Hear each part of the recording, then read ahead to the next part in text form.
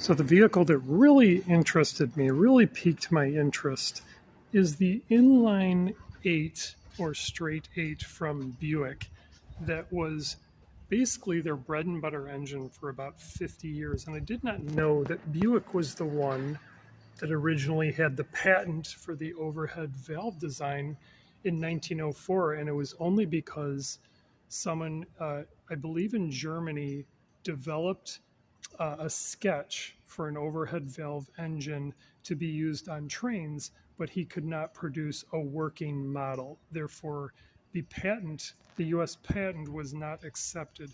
And it was actually a bicycle engineer who developed an overhead valve one cylinder engine that partnered with Buick. And they were the ones who actually developed the first inline 8 engines. And they were as small in the low 3-liter size all the way up to 5.6 liter. Now this year, 1939, came with a 4.1 liter inline 8 as well as a 5.2. Now just judging because the size goes pretty much all the way to the front, I'm guessing, and correct me if I'm wrong, this is the 5.2 liter, which produced 169 horsepower.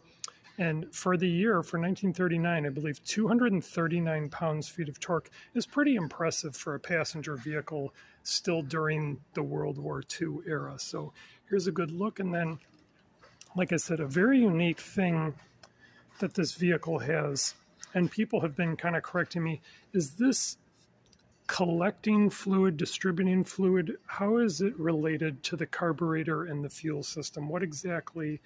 I originally thought it was like sort of a pad that protected the carburetor from getting like hit when the hood was closed, but apparently there is like an actual function. And are these for the horn? These are on both sides, these sort of like megaphone things here. So we'll get a good look. Like I said, this side of the engine is not nearly as interesting as the left side. So let's finish off.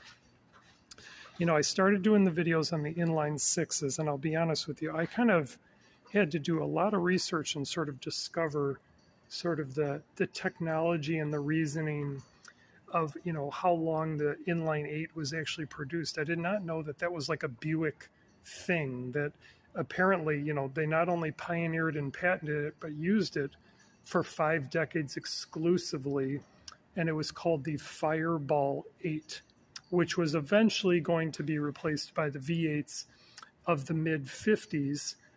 You know, and Cadillac had been using V8s earlier, but the Buick, really the inline 8s are some